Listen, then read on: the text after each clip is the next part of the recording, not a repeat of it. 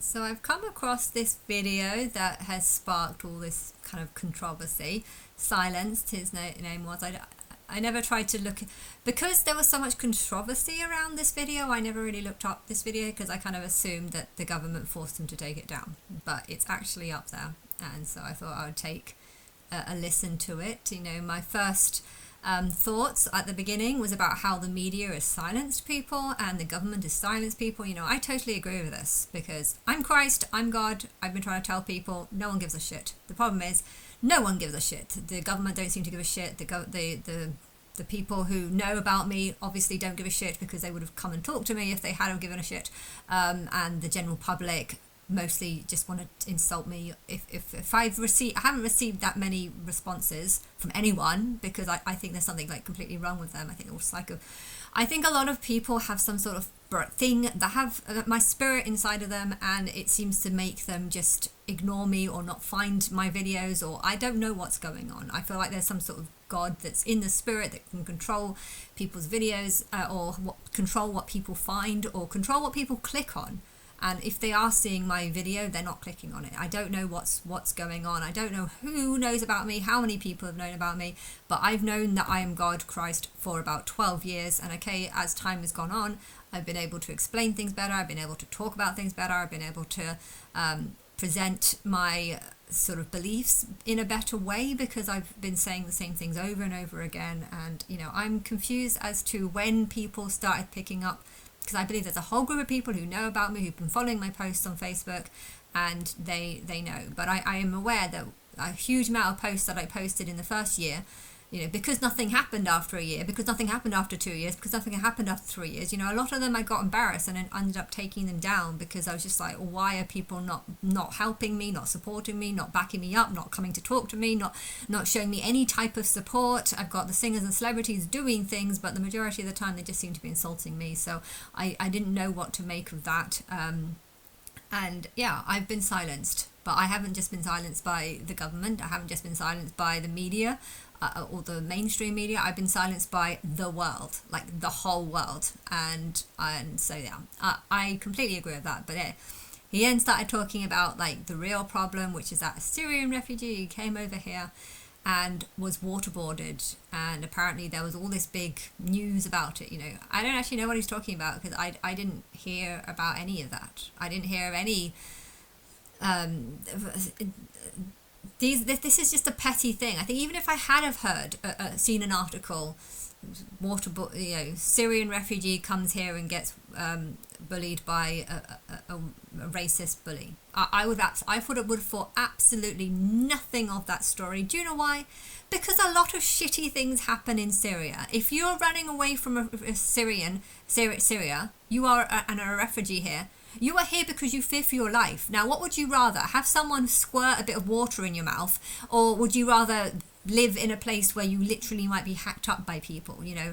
His experience of having, I don't even call that waterboarding. Waterboarding is supposed to be where you put something over their mouth and then you just pour lots and lots of water into their mouth. So just pouring some water into his mouth, that's not even waterboarding for me. But yeah, it's bad. There's lots of bullies. There are chavs in all sorts of races, but yeah, that story meant nothing to me because I didn't hear about it, and if I had have heard about it I wouldn't have thought anything of it. But the second thing that he picked up on was that there was a teacher who put an image of Muhammad, was shown an image of Muhammad to the school, and he apparently got fired for that. Yeah, now this is where you cross the line. I think there should be absolutely nothing wrong with showing a picture of a person inside a school. Now, I don't give a shit if that goes against Islamic beliefs and Islamic rules. We are not in an Islamic country. So if you want to start bringing ridiculous laws into this country, that I feel is where it crosses the line. It's bad to bully kids. It's bad to say that someone is a racist if they have been harassing girls at the same time. It's bad to give one-sided story and media. Sorry, I'm not saying it properly. It's bad for the media to give one-sided stories.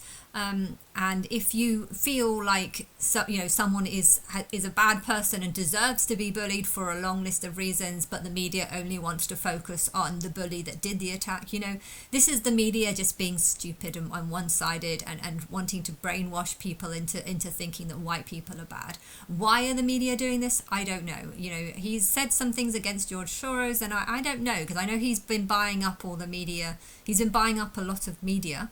And the media have been turned against me, but the public are being turned against me too. So I don't know if I should.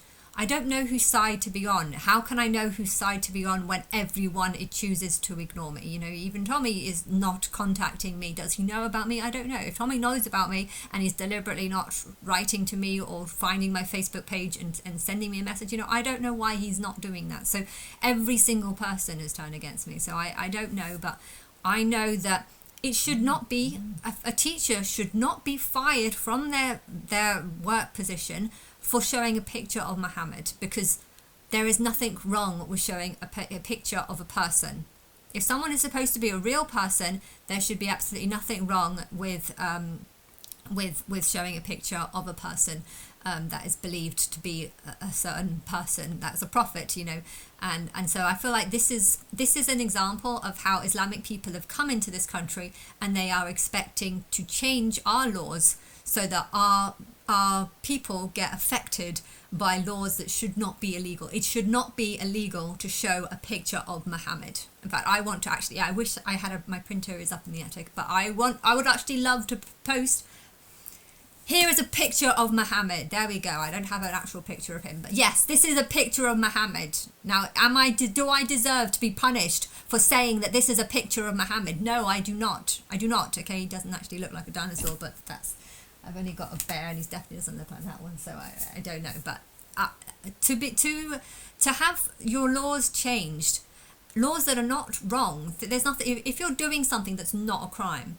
and there are people coming in and saying that you need to be fired for breaking a law that you haven't broken a law. It should not be illegal to show a picture of Muhammad in British law. So the idea that there is enough Islamists in this country to make it illegal to show a picture of Muhammad just because it goes against their religion. This is an example, actually, of them coming into this country, changing our laws to things that don't make any sense. You should be if you liked Muhammad, you should be proud of people using his image to say this is who we worship, but you don't do that. Why? Because you know that Muhammad was a bad example. You know the stories about him are bad, regardless to whether or not they're true or not. You know that this is not a good example for how people should be, and this is the real reason why you should not show a picture of Muhammad, because you should not promote him. You should not promote his stories. You should not promote his religion. You should not promote his beliefs.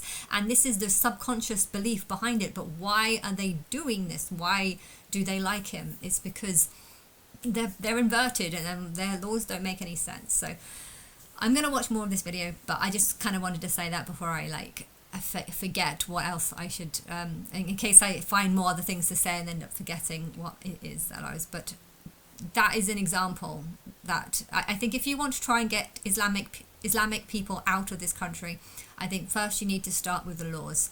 Find out what laws they agree with and think, you know what, is this actually a crime? Should a teacher actually be fired for showing a picture of Muhammad?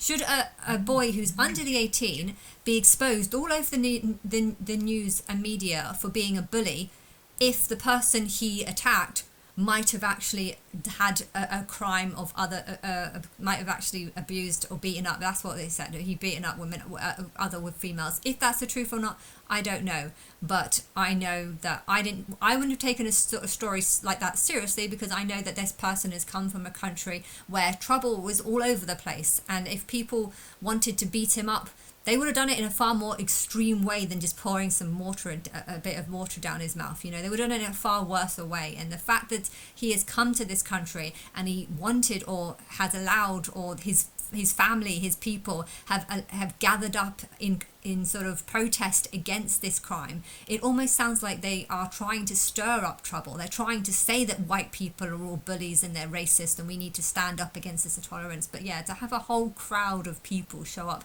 outside a school. This is a child, okay? He might be a bully. He might be a racist. Both these things exist in England. Now, this is what you have to expect. If you're running away from a country that's dangerous, you can't expect our country to be perfect. It's like saying, oh, I'm running away from England because it's so horrible. And if I went to America, I found that, okay, it's probably...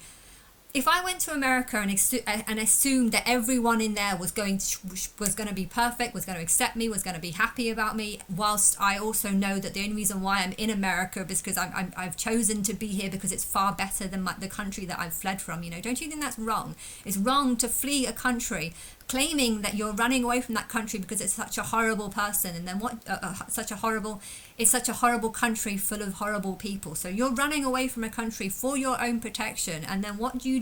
You come into a country and then start ganging up on a 16-year-old child based on some silly, probably racist. Maybe it might have been racist, you know, I'm not saying it wasn't. I'm just saying, if you're running away from a country full of problems, you can't expect that the new country that you're entering is going to be full of perfect people who are going to treat you right, is going to treat you amazingly. You know, if you don't like how you've been treated in your new country, you need to go back the fuck to the country that you were running away from. Because if you're just going to make complaints about the people in our country, why are you here? You're here because you think this country is better than your past country. Now, if you don't agree with that statement, go back, okay?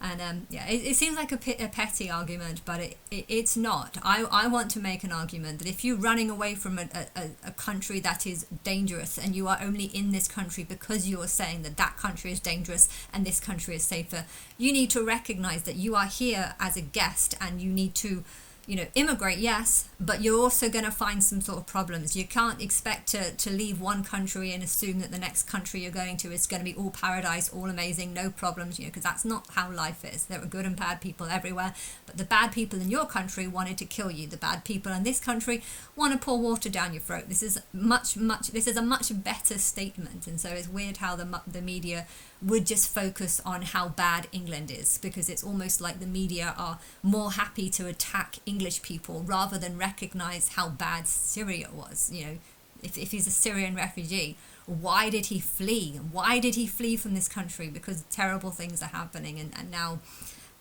something bad has happened to him, but he's not dead, and it would have been nothing. And how people respond, you know, if there's a whole group of people that want to attack a 16-year-old for a crime that's small, you know, that's a bad reflection on their community. They've come to this country because they think it's better, and what they're doing, they're gathering up to prove that it's not better. So go the fuck back to your country.